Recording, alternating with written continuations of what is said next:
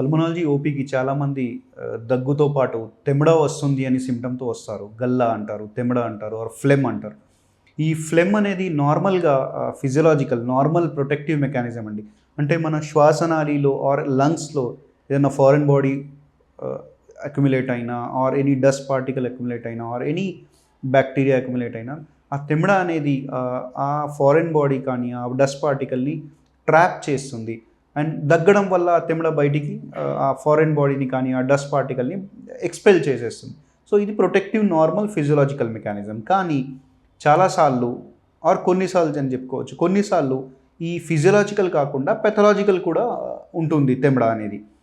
నార్మల్గా ఫిజియోలాజికల్ ఉండేది protective mechanism అన్నాను కదా, నార్మల్ స్ఫుటం ప్రొడక్షన్ ఆ తెమిడ ఫామ్ అవ్వడం అనేది నార్మల్ ఉన్నప్పుడు ఇది వైటిష్ ఉంటుంది ఆర్ కలర్లెస్ అని చెప్పుకోవచ్చు ఆర్ వైటిష్ అని చెప్పుకోవచ్చు. దీన్ని అండ్ మోరోవర్ ఇది థిన్ ఉంటుంది. దీన్ని మ్యూకాయిడ్ స్ఫుటం అంటారు.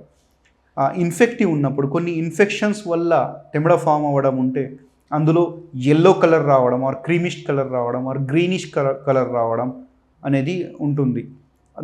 దాన్ని మ్యూకోపురులెంట్ ఆ థిక్నెస్ అనేది కొంచెం ఇంక్రీజ్ అవుతుంది. దాన్ని మ్యూకోపురులెంట్ కానీ ఆర్ పురులెంట్ సెక్రీషన్స్ అంటారు, పురులెంట్ స్ఫుటం అంటారు.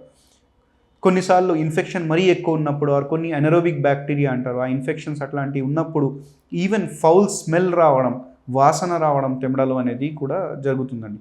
సో సింపుల్ స్ఫుటం వచ్చేసి థిన్ వైటిష్ ఉంటే it's a normal thing. But అందులో కూడా చాలా ఫ్రీక్వెంట్గా రావడం అంటే వేరే కారణాలు కూడా చూసుకోవాలి.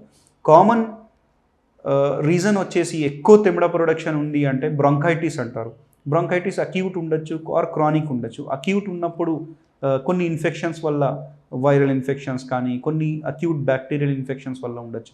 కొన్నిసార్లు క్రానిక్ బ్రాంకైటిస్ అంటారు, చాలా క్రానిక్గా ఉండడం, మోర్ దెన్ 3 వీక్స్ ఉండడం ఆర్ ఈవెన్ ఫ్రీక్వెంట్గా ఉంటుంది అంటే more than 2 months, more than 3 months ఉండడం, frequent every year for the past 2 years అట్లా ఉండడం వల్ల దాన్ని క్రానిక్ బ్రాంకైటిస్ అంటారండి. ఆ క్రానిక్ బ్రాంకైటిస్కి కారణం పొల్యూషన్ ఎక్స్పోజర్ ఉండొచ్చు, డస్ట్ ఎక్స్పోజర్ ఉండొచ్చు ఆర్ సిఓపిడి స్మోకర్స్ ఆస్తమా అంటారు, స్మోకింగ్లో ఆర్ టొబాకో ఎక్స్పోజర్ వల్ల కూడా క్రానిక్ బ్రాంకైటిస్ వస్తుందండి.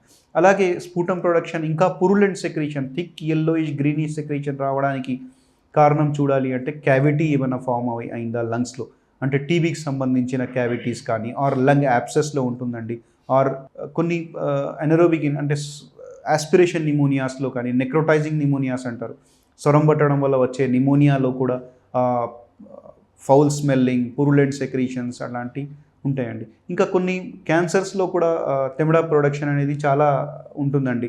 బ్రాంకోఅల్వియార్ సెల్ కార్సినోమా అంటారు ఆర్ లంగ్ యాప్సెస్ ఉంది, బ్రాంకియెక్టాసిస్ లంగ్స్లో హోల్స్ ఫామ్ అయినాయి అంటారు, బ్రాంకియెక్టాసిస్ కొన్ని ప్రీవియస్ ఇన్ఫెక్షన్స్ వల్ల, టీబీ వల్ల అందులో కూడా ఫ్లెమ్ జమాయి తెమిడ జమాయి అందులో సెకండరీ ఇన్ఫెక్షన్స్ రావడం ఆర్ కొన్నిసార్లు ఈవెన్ బ్లడ్ కూడా రావడం అనేది అవుతుందండి.